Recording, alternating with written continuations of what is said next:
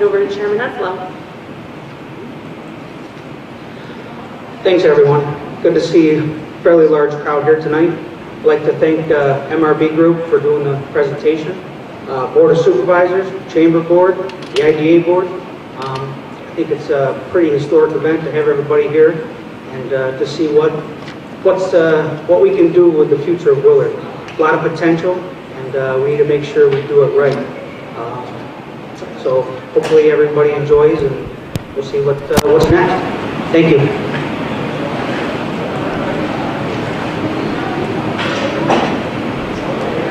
Good evening, everybody.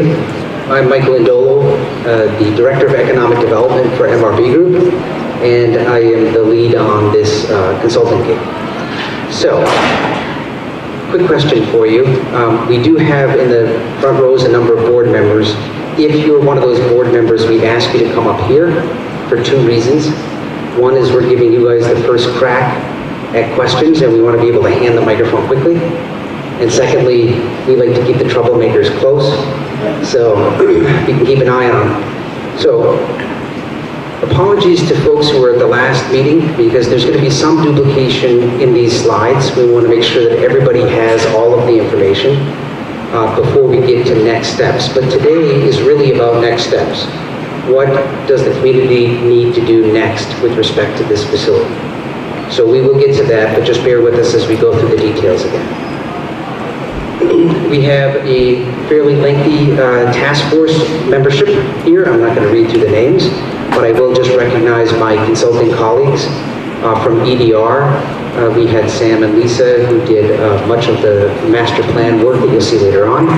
HRP Associates provided us with some information about environmental contamination, and our friends from Barrow Architecture, who are here as well, looked at the historic resources and historic buildings that are on site with respect to which ones can be renovated and reused. So why undertake the study? I'm gonna go off script here from the slide. Ultimately, why did we undertake this study? It was because the state does not have a good history with respect to redeveloping prisons. We want to be able to have local control so that our community can help decide how and when this gets redeveloped. Ultimately, that is why we're doing the study. We hope to submit this study to the state as part of our effort to convince them to give us local control of the facility. Okay? I'll just go through the schedule. So the schedule, we're at the very end here. We did a number of preliminary engineering and architectural work here. We did a market analysis. I know a lot of the folks in this room were at our first public engagement session. That was just a listening session to understand what your desires and fears are with respect to this property. We did another public engagement session about a month ago to go over our preliminary reuse plan. And then most recently what we've done is this disposition action plan and a financial plan. You'll be seeing both of these tonight, and we are now at the final report and presentation. I'm going to hand it off to Barrow Architecture, Jennifer, to talk about the history of the site, to give you a little of that background, and then I'll be back in a minute. Good evening. I think I have to talk very close, yes. Good evening. I'm here, Jennifer Ahrens. I'm the principal of Barrow Architecture, and I came with our senior architectural historian, Katie Como. And Katie was formerly with the Preservation League of New York State, and she was real instrumental with working with the local Historical Society in Craig Williams and some of the other local members here to get it on the 7 to Save 2022-2023 list, the Willard campus. So thank you, Katie, for coming tonight. Like our presentation in October, we see the history of the site is very different from just dates and institutional names. We'd like to reframe the history and really to think about the history as the stories of the patients that were at the receiving mental health care and then later drug treatment care, and then also reaching across to the local communities. to you, the people who walked the site, worked in the buildings, worked with the patients. It's clear that the community memory of being on site, experiencing the buildings in their beautiful setting over Seneca Lake, that it really was instrumental in the development of the communities of Romulus, Ovid, and Willard. And also the collective history is a fascinating story of how this campus developed and transitioned over time. And here we are tonight on another threshold as we make another transition. Real quick on the history, back in 1865, the New York State Legislature established a state asylum for the chronic insane. And then up into the turn of the 19th century, the Willard Asylum grew to become one of the largest institutions of its kind in the United States, encompassing over 1,000 acres and over 100 buildings. In the time frame, buildings were constructed, the Chapin Home, Pines, Edgemere, Sunnycroft, Maples, those very historic and significant buildings based on the Kirkbride plan. They really followed what was at then the philosophy of a humane treatment and mental care. And really the buildings reflected that. Better care was provided by trained nurses. The buildings allowed in natural sunlight and natural air. And patients then became part of the institution and really learned skills and developed skills to make this a self-sufficient community by farming, working with animals. Then with the passage of the State Care Act, instead of drawing from the entire state, we really just came from 11 adjacent counties, but the facility grew in the early 1900s to 3,000 patients and over 1,000 employees. It had a nursing school, it had a train depot, it had a working farm.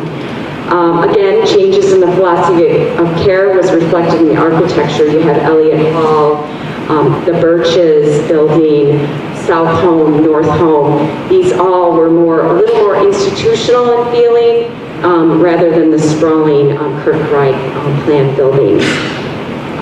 Again, as time passed, the care model changed and it really went to smaller in-home care, and eventually the psychiatric center closed due to budget cuts and less patients. In came the New York State Department of Corrections, and with that, they fenced a portion of the site.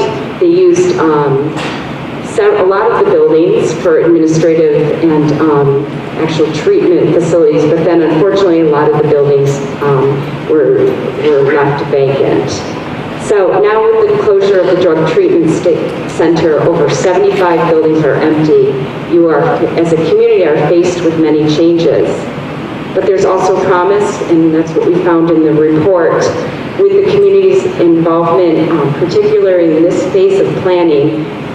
We will hope to continue that continuing evolution of this site that the Willard campus is. Next slide. Okay, so I started in the summer with Jim Tripp, who was the architect from MRV Group. We had 2 site visits where we evaluated the existing building fabric. So went into many of the buildings, just really not the ones that were condemned, or say the sheds and things. This was not a task for the faint of heart. I think the statistics are 550 acres, 75 buildings, 856,000 square feet of building space. So our task was to really look at the exterior envelope, the condition of the foundations, the masonry walls, the roofing, and then also looking at the interior, looking at the condition of the finishes, looking at the systems that the building makes up in terms of the electrical, light safety, exit stairs, and really building layout to try to understand, with the buildings that remain on the campus, what is really possible for reuse and redevelopment.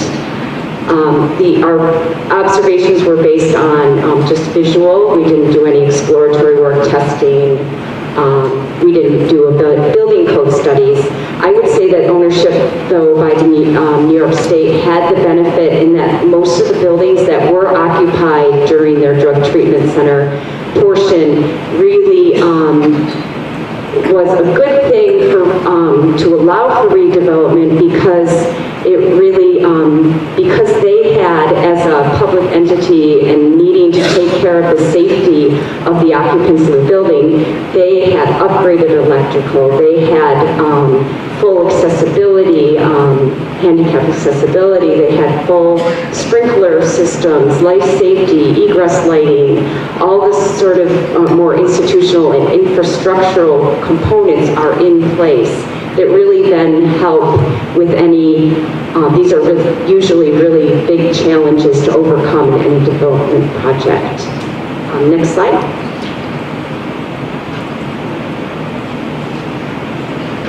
So based on our review, we developed a check or a spreadsheet really of all the buildings on the property.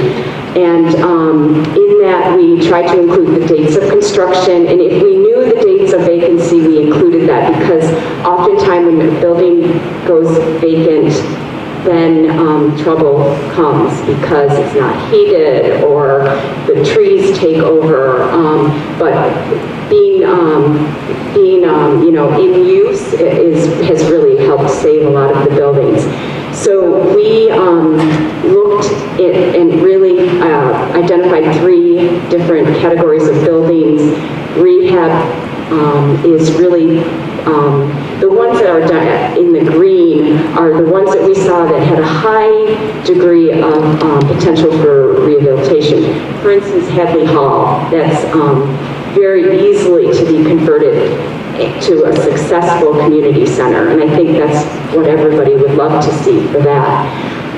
Demo, we really only, demos is a hard word that nobody likes to say, especially a historic preservation architect. So we limited that to the buildings that were listed as condemned by the local jurisdiction, mainly due to safety. And then secondary, we tried many words for that one, but we stuck with secondary, and really those are all the buildings that were seen as could be redeveloped easily. And some of the concerns identified with why they didn't have a higher reuse potential was because maybe there was a lot of inventory of that same type of floor plan. So you had a lot of the 1930s buildings that had small residential spaces off of a double-loaded corridor with gang toilet rooms. There's a lot of the buildings, you have South Home, Seneca Home, North Home, very significant and great buildings, but a lot of the same building fabrics. So tough to take on all of the square footage. And I just want to talk a little bit about demolition because I think that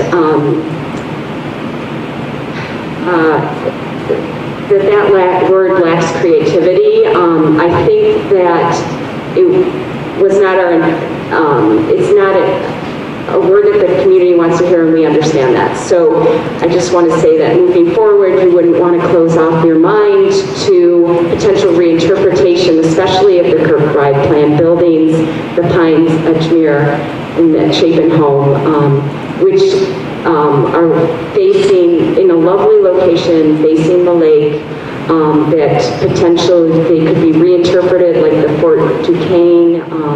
If anyone's been to Pittsburgh, that park on the where the rivers converge, they have brick pavers that are in the park that highlight the footprint of the existing or the historic Fort Duquesne in Pittsburgh. And then there's also an example, couple examples of rehabilitation of a Kirkbride Plan building, one being Danvers.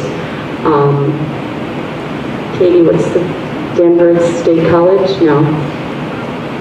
Danvers State Hospital, where they kept the shell of the building, they shored it up, and then they built an actual building behind it, so they were able to salvage the central portion.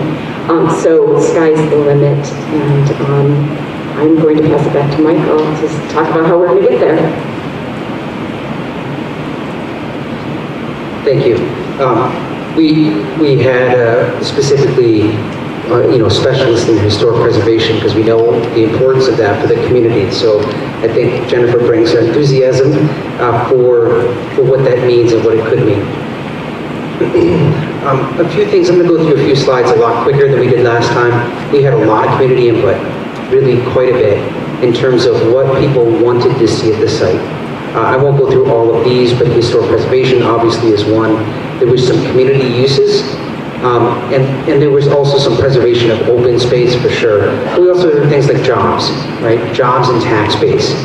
On all of these things that we collected from our first public meeting and the second public meeting helped inform the process.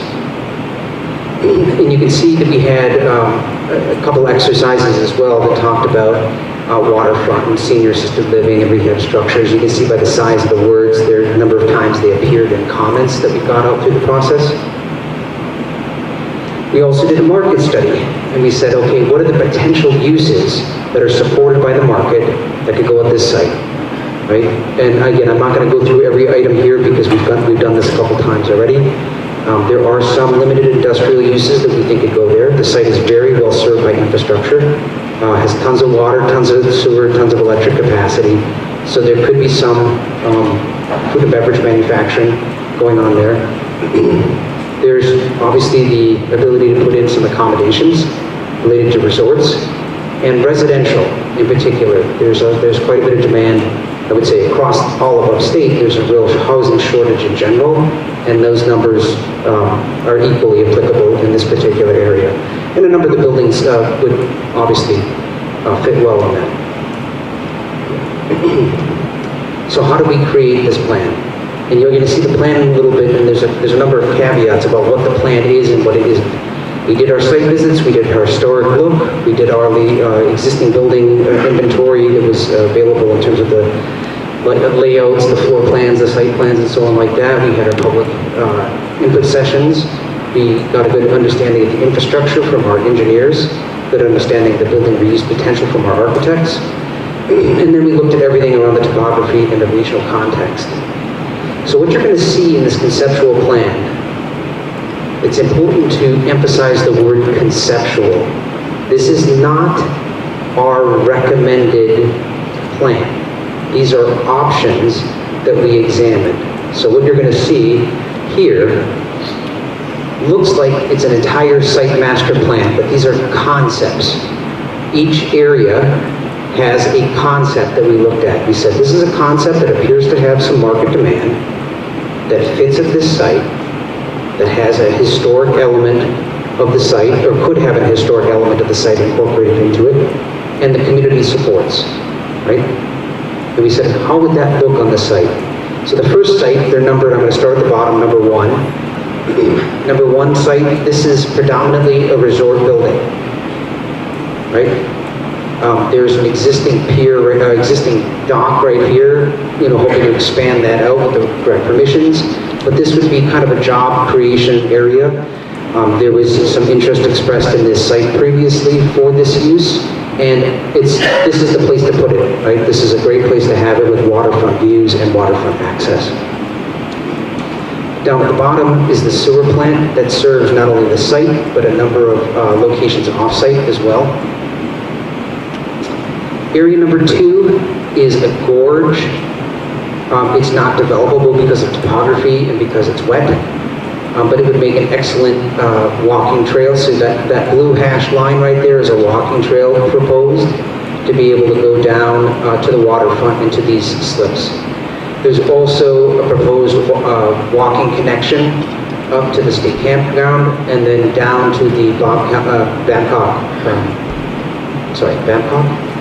Yes, Babcock, thank you. I was having a little moment there. So that's number 2. Number 3, this concept, we heard loud and clear, the public wants access to the lake. That was a critical aspect of this redevelopment. We had to preserve public access. So this is our proposed public access. This is a historic pier that you see in one of the historic photos showed it. So rebuild that pier. We're proposing to reopen the connection that used to exist with Main Street here to allow for a turnaround and for boat access here. This is a little bit too steep to handle it, so we'd rather have people come down Main Street and come in this way. It's a bit safer. It would also include the suitcase museum concept and a small B&B. So that's concept 3. Concept 4 is what we're calling our mixed-use downtown-like redevelopment, right? So we're doing a historic reuse of certain buildings. For housing, we're having a small amount of retail, a gathering space, and restaurants here. And that would all be served here. Unfortunately, Maple is condemned, so it's shown on this map, but it would not be part of the redevelopment here. That's the building we're looking at right there. Again, there's a certain amount of jobs here, and it would be complementary to Main Street as it exists today. Area number 5 was some small-scale, single-family homes, kind of cottage homes. And it was meant to, again, mimic what's happening across the street. You know, these are not giant houses, and these are also, likewise, they're smaller-scale houses, a little bit more affordable on the price point.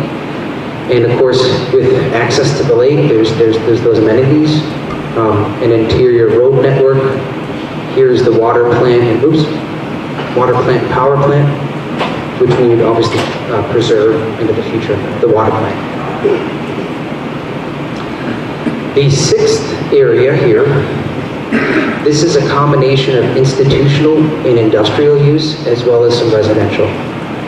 This building is particularly well suited for a food and beverage manufacturer because it has loading docks, it has a freight elevator, and it has a number of cold storage rooms, quite a few. I can't remember, it was 5 or 6 of those cold storage rooms that are in there. So there's some higher area beam height that would allow for production machinery in there.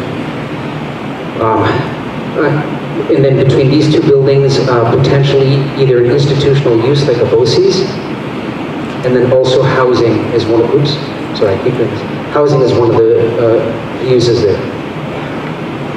And then finally, number 7. Number 7, we had a couple of concepts here. We showed the less developed concept. Grandview is one of the jewels of the property at the very top here. And that could be redeveloped again as a resort or a hotel. There's some housing that exists right here that's in very good condition that would be reused as housing. This is the administration building that blew up a few years ago, so that would have to be demolished. And that could either be the balance of the property. Up here you can see fields that used to be planted. This could be either open space, it could be a winery, it could be a vineyard that would be tied in with the winery or food and beverage into here. Or it could also be some additional small-scale residential development here. So don't think of all these things as a whole, think of them as individual concepts, one or more of which could eventually be built. But certainly not all of them, right? You'll see some pretty big numbers later on about what it would cost to build all of this that we're showing up here. We're not proposing to do that. We're saying, let's take a couple of these and rebuild it.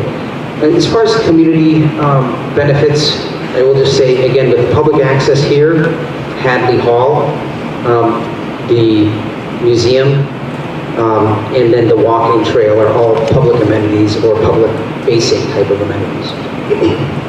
So, utilities, I already mentioned, are in very good shape. This obviously serviced a huge facility, plenty of electrical capacity, water, sewer. We have no issues with respect to that. So there's quite a bit of redevelopment that could happen without us triggering any major infrastructure investment. There was some environmental concern on the property, and the state did have a phase 1 environmental survey done. It came back pretty clean. It recommended some additional investigation, which happened in phase 2, a phase 2 ESA. And essentially, there's not a lot of concern from a contamination point of view. There's a little bit of coal ash. There was one small fuel oil spill, but it's very minor. Probably the biggest environmental issue is just any remaining asbestos in the buildings. But we're not concerned about some major chemical plume moving through the soil. So, the next slide is very scary. And you did not see this at the last meeting, but rest assured, I don't want to scare you and send you fleeing from the room. We do have a solution to what you're about to see, but this is the ugly part of the analysis here. If the community took control of this building, of these buildings today, it would cost $3.2 million per year to maintain. This is security, this is ground maintenance, this is repair, it's heating, it's all the things that the state is currently doing. For obvious reasons, we don't recommend that the county encumber itself with a $3.2 million annual liability. We have been able to work out a possible solution that allows this to move forward without the county having to shoulder this burden. And just because someone's going to ask this, say, well, why do we need to spend $3.2 million? Can't we just mothball it? Well, even if you mothball it, right, where you reduce a lot of this, you're still at about $2.5 million. You really can't go below that without essentially abandoning the property. And I've seen a lot of these properties, similar properties to this. You let them go for a year, there's vandalism, and there's arson. And it goes pretty quick. So this is legitimately the cost. We think it's going to be at least 3.2, but the state's spending about 4. As we understand it today, there's no guarantees about what I'm about to say, but as we understand it today, the state has made a commitment to maintain and heat the properties through April of next year, April 2024. After that, it's anybody's guess what happens. My guess is they're not going to continue to spend $4 million a year. They certainly haven't done that at other facilities. So, financial plan, midterm. Let's say that you did gain some kind of site control. What could you do? You could do a hazardous materials assessment. You could expand water sewer. You could do some selective demolition. And you could do a GEIS, Generic Environmental Impact Statement. These are all things that you could be doing as part of a future public-private partnership. Okay? There's costs associated with all of them. But these are potential steps you could take in the midterm. In the long term,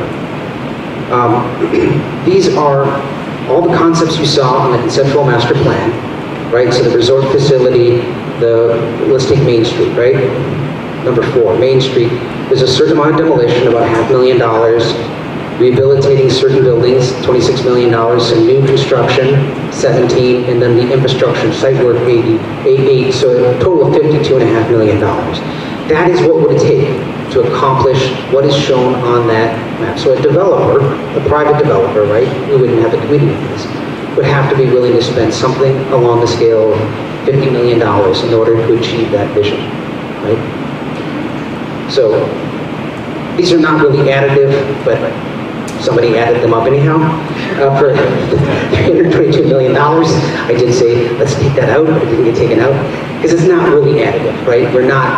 It's not all going to be developed as shown on that map. But these are some different things. If any one of these happen, you can see this total number for each one of those zones. We're talking some pretty significant numbers. So you need to attract a developer that's willing to do one or more of these, that has significant resources and ambition to do so. Oops. So, what do you get in return? So we did the same thing for impacts by area. So again, if we redevelop area 4, we figure it's about 144 FTE jobs during construction, paying about $6.6 million. You get some tax revenue during there, and then it would be about 36 jobs, right? Those are some of the retail jobs, some of the restaurant jobs, some of the small commercial jobs, in addition to some household spending, and then you get tax revenue of about 1.5 million and some ongoing wages. You can see all of these. I'm not going to go through them line by line, but there's some significant impacts, and job creation was one of the things that the community wanted to see as part of the redevelopment here. Okay, so this is the slide where I think we're going to spend the most amount of time. or at least the most amount of discussion, I imagine the questions are going to be mostly about this slide. What are we recommending? Well, we're not recommending that the community, the county, or the towns, or whoever it is the IDA take control, permanent control of this facility for obvious reasons. What we're saying is, submit the plan that we have today, the voluminous plan that says, here are the concepts, here are the ideas, here are the costs, here's et cetera, to the state. Tell them, hey, we have a plan. We know what can go here, we have a good understanding of the buildings, the infrastructure, and all that kind of stuff, right? Give us a shot. Number two, while that is going through this, the systems of the state, go out to RFEI, Request for Expressions of Interest. A lot of people know what an RFP is, a developer RFP. This is a very light version of that. This is when we summarize the site, including everything you've seen tonight, and say, hey, development community, would any of you be interested in any one of these concepts? And we wait to hear back. This is not a heavy lift, either for us or for them. And we get an indication, yes, we have some traction, no, we don't. Or who do we have traction with? And for what do we have traction, and is the community satisfied with that? Number three is the key. So Sarah and I had several discussions with New York State, the representatives at ESD, Empire State Development, about how we could move this forward in a way that was fiscally responsible for the county to undertake. And when I say county, I mean larger than just the county. It's all the organizations, the chamber and the task force and everybody, right? The community, let's call it. We can establish an MOU with the state, a memorandum of understanding. This would outline to the state what we want to do, and it would give us the right to issue an RFP, and it would give us a known time frame and price. Now, there's a little bit of additional detail that is not up on the slide, but one of the things that's key, a key hurdle that we have to get over, is that tax-exempt bonds were used to renovate this facility. There's certain liability and obligations around that for a certain period. The state has to wade through all that paperwork, right? Once we have clearance, okay, we're clear on the tax-exempt bond side, and we have a memo of understanding, and we've gotten a positive response from the development community on the RFEI. Now we move forward with an RFP. That's when we say, give us your proposals. What are the terms of your proposal? What are you expecting from the community in terms of investment? What are you willing to do in terms of investment? What are the terms of your involvement in this project? Right? So the community issues the RFP. The community receives one or more responses to the RFP. And then you negotiate with your preferred developer, right? And you iron out all those details. What do you need from us? What are you going to give us? What's this thing going to look like? What are the risks? What are our responsibilities? What are your responsibilities? That's that number 6. Developer selection and negotiation. It's after number 6 where some of the other items I was talking about, like maybe some selective demolitions or maybe some infrastructure improvements or GEIS, that is possibly where the community could be involved in a public-private partnership, right? But ultimately, you want to get to number 8, which is you found the developer, you negotiated the agreement, you've come to terms on what the public investment might be or the public incentives might be, you've gotten the grants, you've gotten the loans, and now you transfer the property, and it goes from this state agency to that state agency to this state agency to the county to the IDA to the LDC and then to the developer. There's like this whole chain that has to go through, right, to get down. Ultimately, it gets in the developer's hands, and the development happens. Now, why am I belaboring all these steps? Is because you, as community members, IDA board, task force, and board of supervisors, you have to be aware there are certain failure points along the way. We may not get an MOU from the state. We may not get responses to the RFEI. That tax-exempt bond thing might not happen. So we don't want you to get out ahead of your skis, right? We want to make sure that you're only making the investment that's necessary to take the next step, right? And that's where you get to this side. This is your immediate costs of immediate next steps. Submitting this plan to the state, $0, right? You've already been talking to them. They like the plan. But presumably it's going to go up the chain. They're going to say, yeah, we like it, we'll work with you. Issue the RFEI, right? That's again that very light lift. What does the development committee think? Then you're going to have to spend some legal money to get that MOU negotiated. Again, if all of the other steps work, then you issue the RFP if you get an MOU, and then if you get a good developer, you negotiate with them, right? So, your total potential outlay all the way up to, we have a developer, we've got a negotiated agreement, is $100,000. It's not $3.2 million a year, it's a single time. And anywhere along that step, if we hit a failure point and we can't cure it, we just stop, right? We don't recommend that you go after something that can't happen, right? So this is the most immediate action plan money that you'd have to be willing to outlay.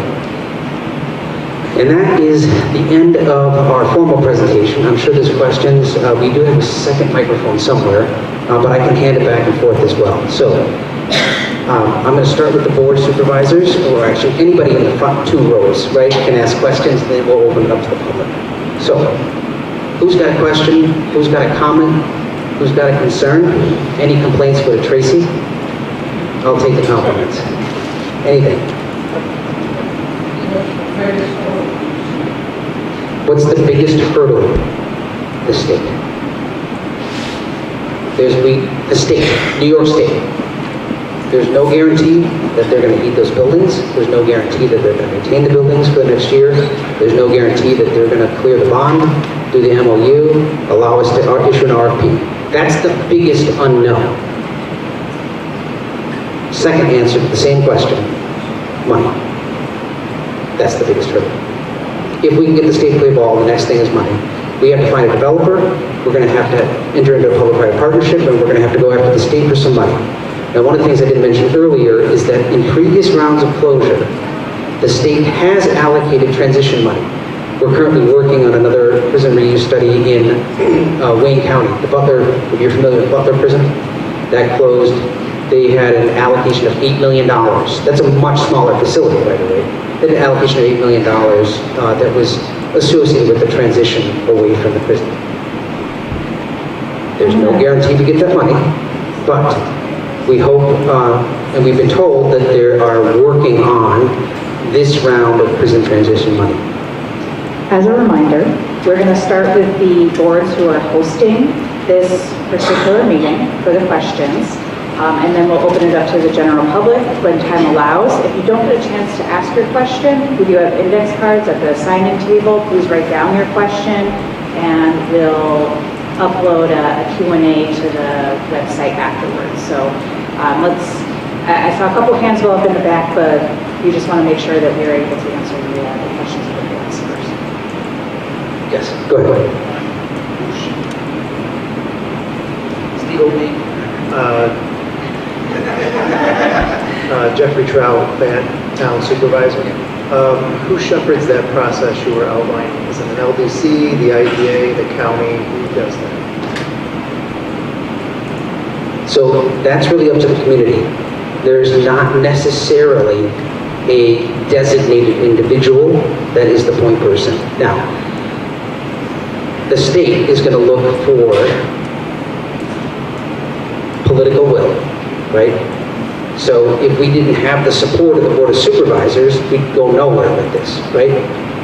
I don't think it's necessarily in the best interest of the Board of Supervisors to be the point, right? You're going to want to have it at an agency level, but it's up to you to designate who that person is. So far, the IDA has taken a leadership role in this. They can certainly take the next steps.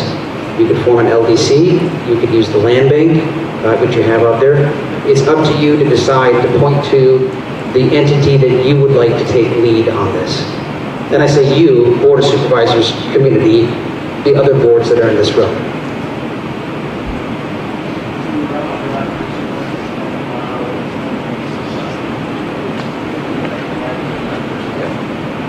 So the question was, where have we seen success in other prison redevelopments? There hasn't been. Largely in upstate. The closest we have gotten is just happening right now, Livingston County. is just at the cusp of getting actual control of its facility right now. There was a facility in Orange County, I believe, a very small facility, right, that was redeveloped by a local LDC, but it was much smaller in very, very good condition, and in the Hudson Valley, right, so powerful market forces going on right there. They're hard to redevelop. The asset you have here is the lake. You have a huge amount of lake frontage. So I'm not saying that this is going to be easy. I'm not going to say it's going to be impossible, but we have our work cut out for us, for sure. And Michael, who's the lead in Livingston? Bill Bacon is the IDA Executive Director. He is the point person I've been talking to, and he's both the IDA Director and the county's Economic Development Director, but I know him as the IDA Director. Do they use an LDC? I believe so. Okay, so the answer is they're going through the IDA, but the IDA is forming its own LDC?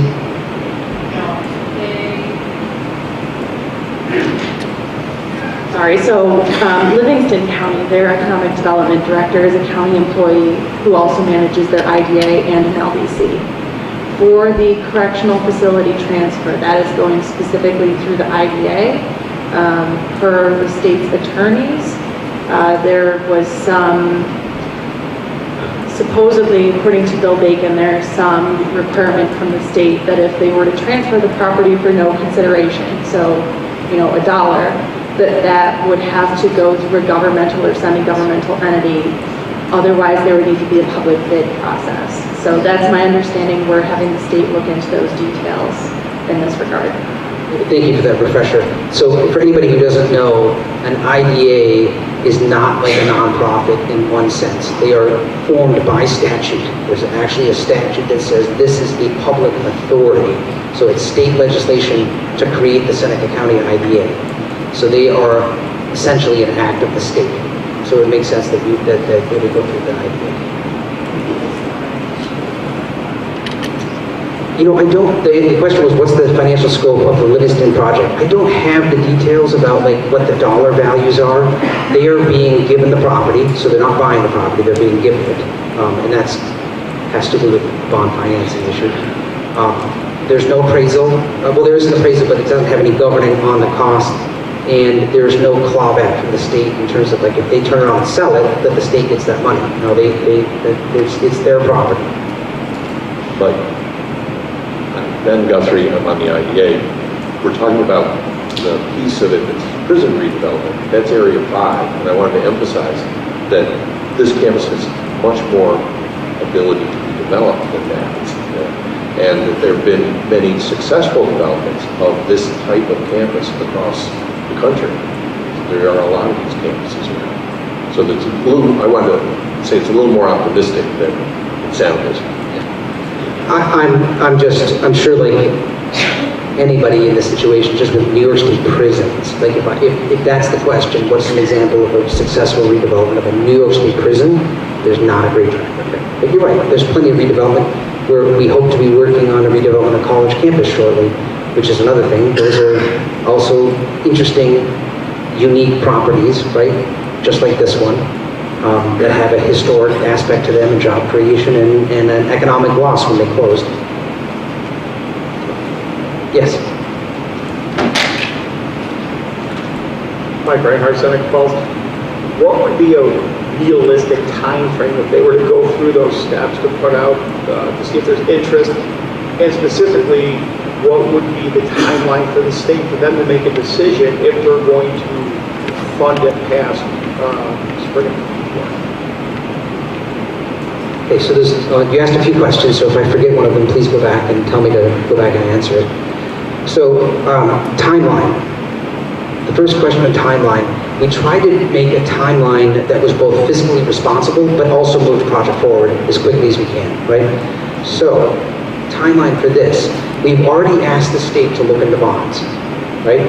And we've already cleared it with the state that they're willing to do, at least conceptually, they're willing to do an MOU. They actually suggested an MOU. We asked for an option. They said, let's do an MOU. We said, okay, great.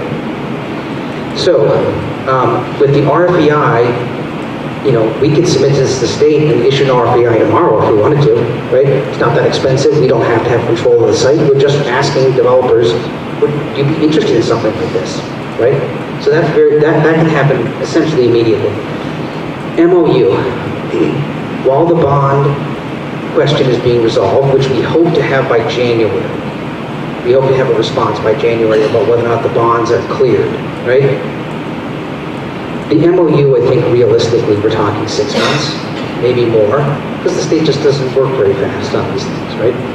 And we have to decide what we want to do and what we're willing to do, and we're going to have to go back and forth, right, with the community and the state. So I would say 6 months is realistic there. If we do get that memo of understanding together, so 6 months from the point where we're ready to start that, so I would say in January, if we started it, we'd be, summertime, by the time we're ready to go for the RFP. Well, it's the RFP, we got to give them a couple of months, you need a month to review, so now you're talking about starting negotiations with the developer in fall, right? All the time while this is happening, all of the things that have to happen at the state in order to eventually transfer the property, we can begin those things, right? So these are happening in tandem, not necessarily sequentially, because that would take forever. So my hope is, by the time we are negotiating with the developer, this right here, that we have visibility about when that process will culminate at the state, right? Which means we say by that time we should know, hey, it'll be January 2025, or it'll be March 2025, before we can get this thing transferred, right? But you're going to have to spend some time to, with those negotiations anyhow. So the long and short of it is, I think the earliest that you could be at 7 and 8, I should say, is going to be, early to mid 2025. So there is going to be a winter where we don't know if they're going to be heated. Now, having said all of those things and having described my skepticism to the state about the state, I will say, if we have forward progress and if we have a legitimate developer who's interested in this site, I would love to go back to the state, and I think we'd have a much stronger argument to go back to the state and say, hey, we got to keep this thing going, right, for another year, because we got to get to 2025. If we just told them now, they'd say, hey, we're not interested in spending $4 million, right? Then I wouldn't blame them, frankly. But if we can show good progress, I feel like we have a shot at getting the state, even possibly in this MOU, we could even enter it there, but I'm not sure they'd be willing to make a commitment at the state level for that until we have a developer on the hook, right?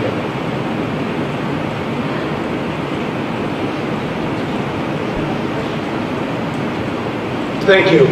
Bob Shipley, Waterloo Supervisor. You mentioned that other prison redevelopments throughout the state. This is so much different, as previously pointed out. Is it the lakefront property, or is it the 70-plus buildings that would make this most attractive to any developers? Lakefront for sure. The 70 buildings is actually a little bit too much, honestly.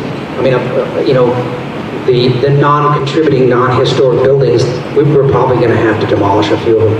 It's 800,000 square feet, right?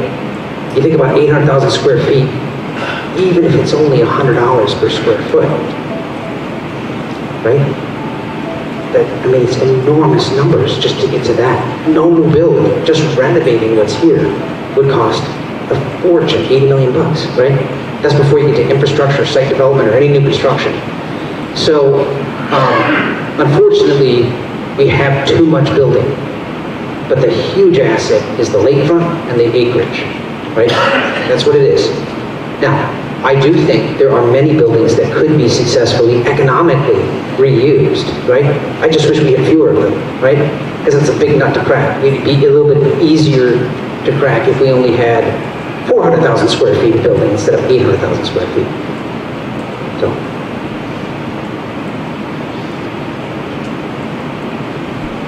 Joe Boris, Town Building.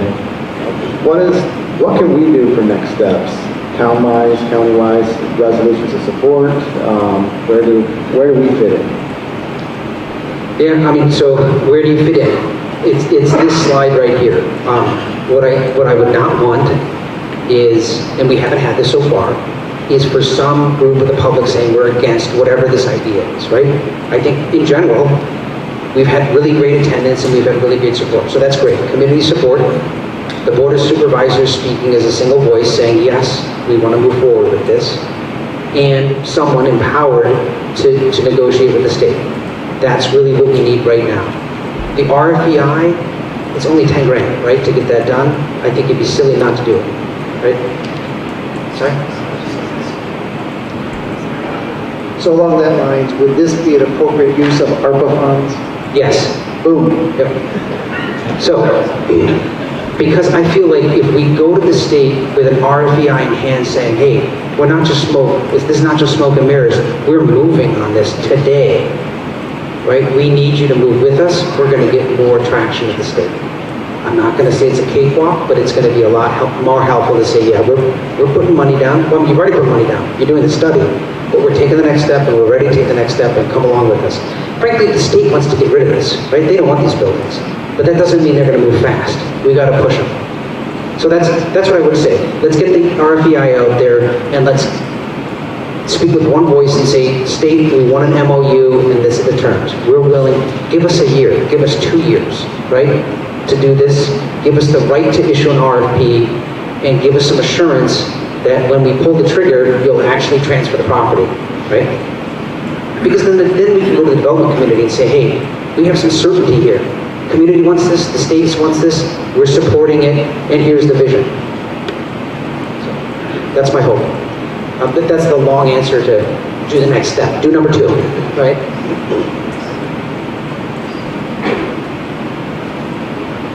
Bruce Murray from the IDA. I want to follow up on Joe Boris' question a little bit because we have to make a sale in the RFEI. We have to persuade someone that doesn't know this area, that's signing up to spend a lot of money with an uncertain future. We have to make a fairly compelling argument that this is economically viable. And what kind of help, what kind of data? There's a growing tourism industry here that's going to be appealing to certain kinds of developers. There's a clear need for housing that's going to be compelling to other kinds of developers. We need to put together more than a letter that says, you wouldn't want this, would you? We need to say, this is why this is a great opportunity. That's right, yeah. In the RFEI, we sell all of those things. We say, this is what it could be, this is the market demand, this is everything we know about the property. The RFEI, I will just say, just to be a little finer out on it, is very light lift. We're not asking them to come back to us with a concept. We're asking them to come back with, I'm interested or not. But we have to sell them on why they should be interested. I know that's what you're saying.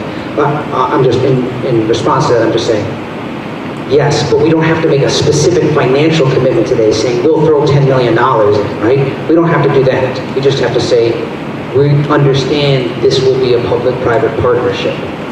Tell us what you need from us. Tell us what would make you interested in this site. Tell us what you would like to do at this site. And we got a mile of frontage and 550 acres on a Finger Lake. That should be pretty compelling. I see your hand back there, but I want to give the board just one more shot on questions or comments before we open it up to the public. Yes. Paul Crownletter from Board of Supervisors, Santa Falls. I'd just like everybody in this room, when they go home, to get out a pencil and paper, a typewriter, a computer, and have everybody in your family write a letter to Schumer, Gillibrand, Tom O'Mara, Bill Parmigiano, and Claudia Tenney, and express your interest in moving forward with the redevelopment of this property.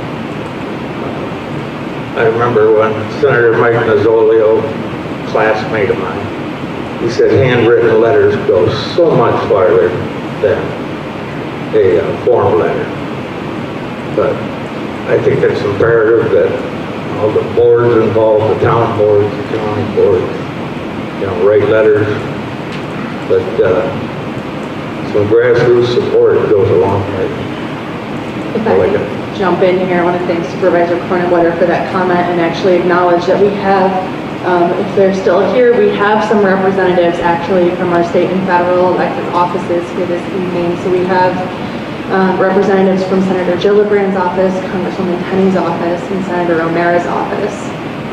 So we've been very pleased with the engagement that we've had so far and hope to continue to foster that. And certainly all the folks in this room are a testament to that, and all of the work that's being done by the community members is a testament to that. So thank you. This is a little bit in the weeds question, but backing up what Supervisor Reinhardt mentioned, in terms of the time frame, is there a way, like particularly can MRB help us, is there a way that we could leverage, assuming the Board of Supervisors approved it, ARPA funds, knowing that we have to obligate them by 25 and spend them by 26? Obligated by 24, okay, then spend by 25. Spend by 26. So is there a way to do that, knowing how long this process might take, but could still be useful in leveraging our ARPA funds for the success of this project? So yes, so the question about ARPA, you have to have the funds obligated by 2024, right? Now, to my understanding, there's nothing stopping you, if you encumber the funds before 2024, from then switching them to something else after that, as long as they've been encumbered by the end of 2024, right? And they do have to be spent, not encumbered, spent by 2026, right? So let's just say you did decide to encumber, I'm just going to throw in $1 million, right? You said we need to devote $1 million for our ARPA funds to this, and it's going to be for the Willard site, for advancing the site.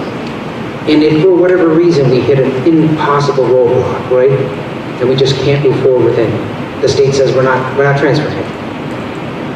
There's nothing saying you can't pull that back and re-encumber it, right? So it's not like you've thrown the money back into thrown the money to the federal government. You're going to be able to re-encumber that. But spend it quickly after that, because that 2026, if you haven't spent it, it'll go back to the feds for sure. That's pretty clear. And I see your hand. I'll give you a second here. Anybody else from the board? The boards? Okay. So, can you stand up and speak very, very loudly? Sure. So your RFI looks to stop a developer from giving a large lending donation to governor Hochul buying a lakefront California. So I'm going to broaden that question to what's going to stop the state from doing its own thing? I don't have an answer for you. I can't guarantee anything. But I can tell you that if we come together as a community and we establish our vision and we write our letters and the board makes its ARPA decision and we have a plan moving forward, we've got a lot better chance to make a case to the state than if we do nothing. But the state could decide, no, we're not transferring it, or no, we're going to RFP it, or no, we're going to donate it to this person. There's nothing stopping that. Yes.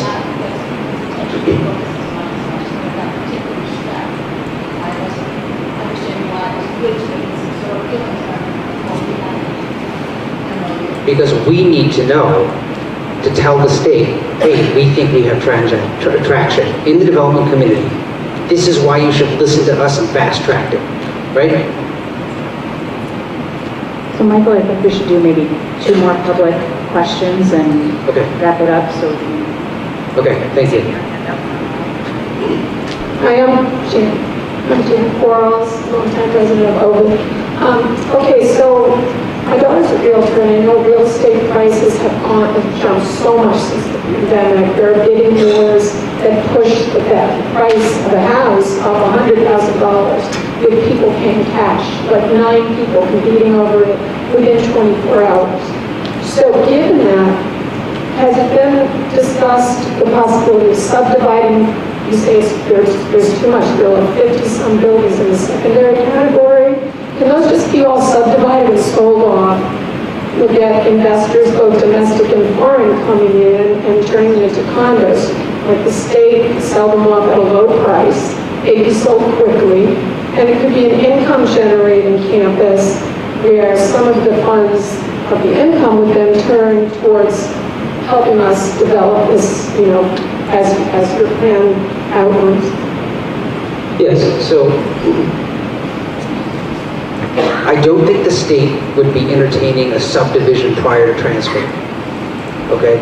They want to either transfer the whole thing or nothing. That, I'm pretty certain about that. But I think your question is, what do we do after that, right? Once we have control of the property. I would not recommend dividing everything up immediately.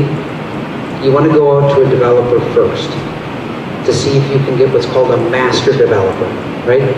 Someone who's going to take a look at the whole site and come up with a concept for the whole site. Why? Because if I'm going to put high-end condos here, I don't want a chicken processing facility next to it, right? You got to have a vision for the whole site. Now, what I will say is this. Most of the time, with a master developer, someone who's going to look at the whole site, they might only do 1 or 2 pieces, right? Then they sell off the rights to individual vertical developers who are going to do the vertical on those sites, right? They're the horizontal, the whole thing, the site development, the infrastructure, the concept, maybe 1 or 2 of the verticals, then they sell off the verticals to other people. Housing is a great example. That housing in Area 5, right? You know, you might find somebody that wants to do a resort, right? But they like the idea of, you know, little cottages nearby that's consistent with their vision. They would sell it off and you'd have a developer subdivide it into lots and build those buildings. It wouldn't all be one developer. But you got to have the master developer in place for that vision. And because the state's going to require it. And yes, there's going to be certain parts of the property that are going to subsidize other parts, right? Like the waterfront. I would imagine the redevelopment of the waterfront is going to be the highest, most remunerative part of the development, but that could be used to help with other parts of the property that need a little bit more assistance. Did you have one more question? Yes, hello. Wonderful presentation. I live across the lake in Dresden, and I am on the Cuba Outlet Trail. And so my question / suggestion, if I may, is that the lowest lying fruit in your list of 7 options of concepts was the trail that went down through the gorge. So for less than $1 million, if I recall your numbers appropriately, would you recommend any of these, including possibly the lowest lying or the least expensive option, to get the community sort of revved up, if you will, to get involved, and that then becomes a more desirable package to sell to the developer when the community comes together to do that smaller project that might be doable? A conditional yes to that answer, and that being, we wouldn't want to make any investments that might interfere with someone's master development plan, right? An obvious thing that we would want to do is those, for example, those connections to Sampson and Babcock, right? Because that's happening predominantly off-site anyhow, and that would make sense from a connectivity point of view. Someone's got to come up with that money, but I think if you come up with the money, it's a good investment. I'd be a little bit careful about taking over parts of the site until we have a developer in hand that is going to decide exactly what happens. I think number 3, the walking trail is the way to go, but they may have another concept, right?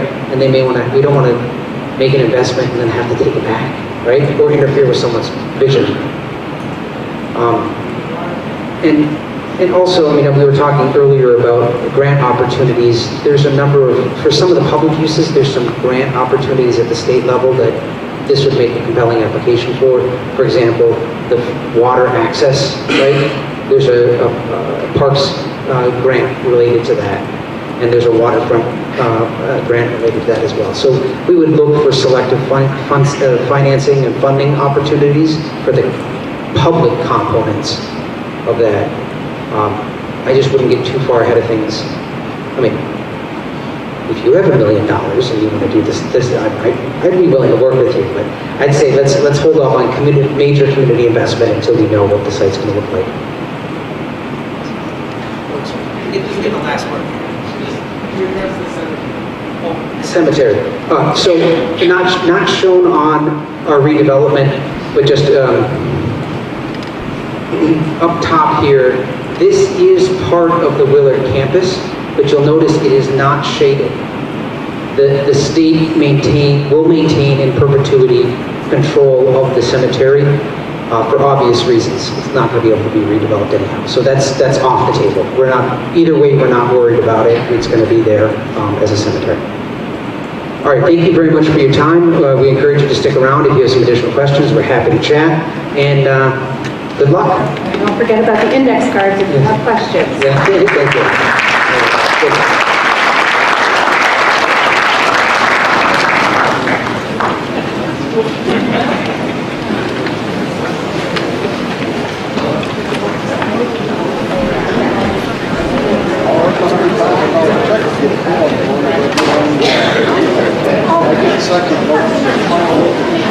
How you doing? What do you think?